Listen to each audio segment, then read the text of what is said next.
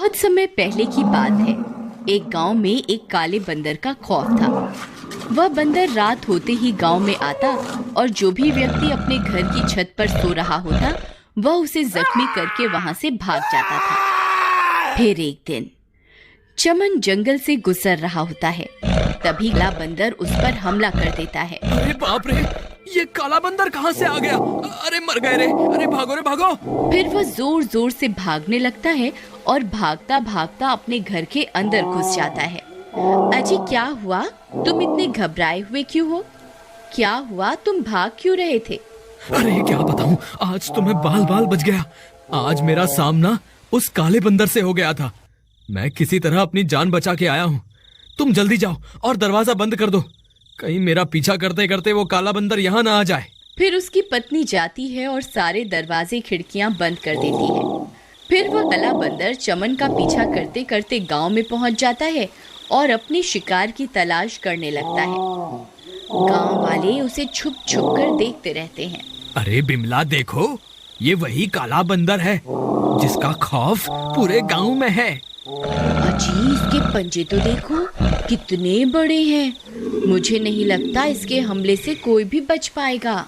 तुम जल्दी जाओ और घर के अंदर अंधेरा कर दो, कहीं इसकी नजर हम पर पड़ गई तो ये हमें जिंदा नहीं छोड़ेगा। फिर उसकी पत्नी जल्दी से जाती है और पूरे घर के सारे दीपक बुझा देती है और वह उसे छुप छुप कर देखने लगते हैं। वह काला बंदर इधर उधर अपने शिकार की तलाश करता रहता है और तलाश करते करते वह एक घर की छत पर चढ़ जाता है। वहाँ राजेश और उसकी पत्नी सो रहे होते हैं। तभी वह चिंघाड़ने लगता है। तभी राजेश की नींद खुलती है। अरे मर गए रे, ये क्या चीज है? हे भगवान हमें बचाओ। अरे भगवान जल्दी उठो, देखो तुम्हारे मायके से कोई मिलने आया है। तभी उसकी पत्नी की नींद खुलती है। वह उस काले बंदर को अपने सामने देखकर हक्की बक्की रह जाती है। अजी ये क्या चीज है? अरे मर गए रे, हे भगवान हमें बचाओ।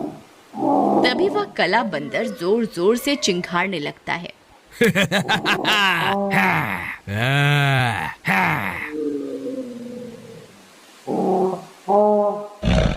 फिर वह दोनों जल्दी से अपने घर की छत से नीचे उतरते हैं और अपने कमरे के अंदर जाकर छुप जाते हैं। आज तो बाल बाल बच गए। मैंने तुमसे कहा था ना, इस गांव में काले बंदर का खौफ है, हमें छत पर नहीं सोना चाहिए। आप सही कह रहे थे, मुझे आपकी बात मान लेनी चाहिए थी। फिर अगले दिन सुबह होने पर चमन भाई, कल तो मैं और मेरी बीवी बाल बाल बच गए। उस काले बंदर ने रात को हमारे ऊपर हमला कर दिया था। हम दोनों किसी तरह अपनी जान बचाकर वहां से भाग निकले। यार राजेश, काले बंदर के हमले तो अब बढ़ते ही जा रहे हैं। लोगों में इसका खौफ बहुत बहुत बढ़ गया है। तुम्हें पता चला, हरिया और मोहन तो अपना मकान बहुत ही कम कीमत पर बेचकर शहर चले गए हैं। भाई मैं भी अब इस गांव में नहीं रहना चाहता, लेकिन क्या करूं, इस काले बंदर के खौफ के कारण जमीन की कीमतें आधी से भी कम हो गई हैं।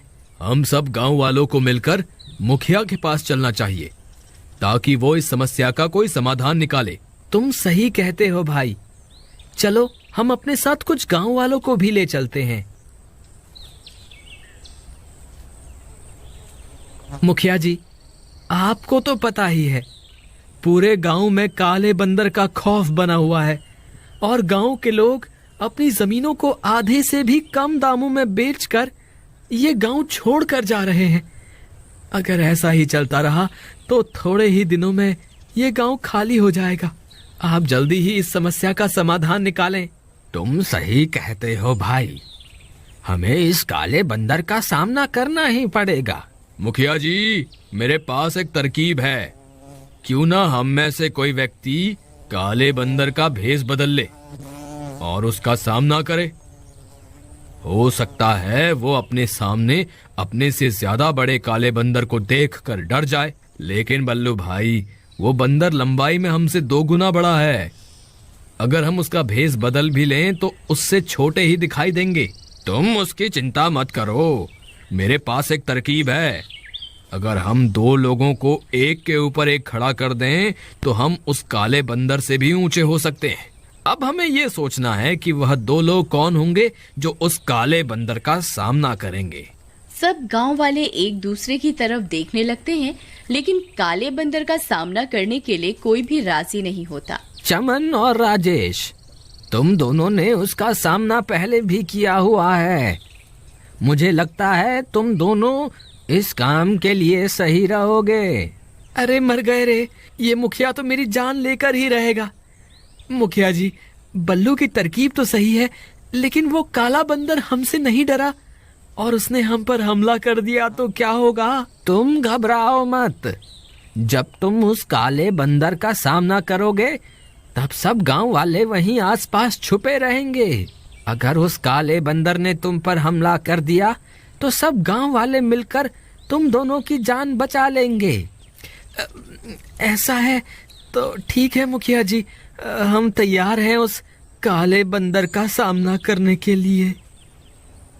फिर रात होने पर बल्लू चमन और राजेश को एक के ऊपर एक खड़ा करवाकर उनके ऊपर काले बंदर की खाल चढ़ा देता है।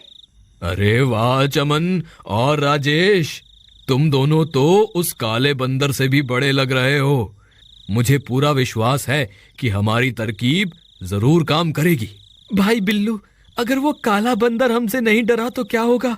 अरे यार तुम घबराओ मत, बस जैसे ही वो काला बंदर तुम्हारे सामने आए तो तुम जोर जोर से आवाजें निकालकर उसे डराने की कोशिश करना। फिर वे दोनों जंगल की ओर चल देते हैं। रात के समय जंगल बहुत डरावना हो जाता है। चमन भाई, मुझे तो आगे कुछ दिखाई नहीं दे रहा। अगर वो काला बंदर सामने आ जाए तो तुम संभाल लेना। तुम मत घबराओ, जो होगा देखा जाएगा। फिर थोड़ी दूर जाने पर उनका सामना उस काले बंदर से हो जाता है। राजेश भाई, वो काला बंदर तो हमारे सामने ही खड़ा है, अब क्या करें? भाई जोर जोर से आवाजें निकालो ताकि वो डर जाए।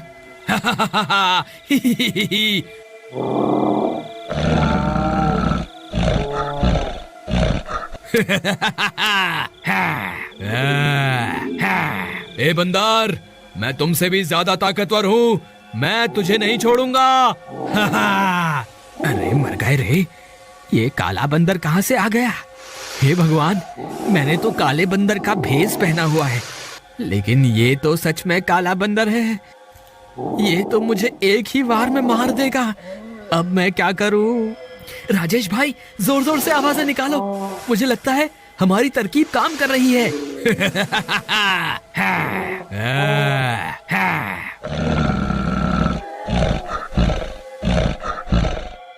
अरे मर गए रे, ये तो सीधा यहीं आ रहा है। अरे भागो रे, अपनी जान बचाकर भागो।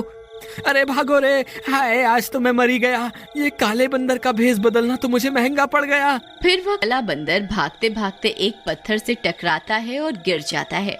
जैसे ही वह गिरता है, उसका मुखौटा उसके सिर से निकलकर गिर जाता है। अरे मर गया रे, हाय रे, मर गया। तभी चमन और राजेश भी वहाँ पहुँच जाते हैं। बंदर भाई, मुझे माफ कर दो, मैं कोई काला बंदर नहीं हूँ, मैं तो एक आम इंसान हूँ। मुझे तो शहर के एक सेठ ने पैसे दिए थे ताकि मैं सब गांव वालों को काला बंदर बन के डराऊं और उनमें इतना खौफ भर दूं कि वो अपनी जमीन को आधे दामों में सेठ को बेच दे। मुझे माफ कर दो। अरे राजेश, ये काला बंदर नहीं है, ये तो कोई बहरूपिया निकला। फिर चमन भी अपना मुखौटा उतार देता है। वह बहुरूपिया चमन को देखकर हैरान रह जाता है। हाय रे, ये क्या, तुम भी बहरूपिया हो? हाँ, मैं भी कोई काला बंदर नहीं हूँ। हम तो बस तुम्हें यहाँ से डराकर भगाने आए थे, लेकिन तुम तो कुछ और ही निकले। मुझे माफ कर दो भाई, मैंने जो कुछ भी किया सिर्फ पैसों के लालच में किया। मैं इस गांव को हमेशा हमेशा के लिए छोड़ के चला जाऊंगा। तभी वहाँ सब गांव वाले भी पहुँच जाते हैं।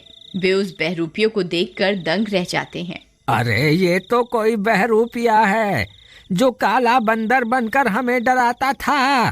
मुखिया जी, मुझे माफ कर दो, मैं आगे से कभी ऐसी गलती नहीं करूंगा। फिर सब गांव वाले खुशी खुशी गांव में रहने लगते।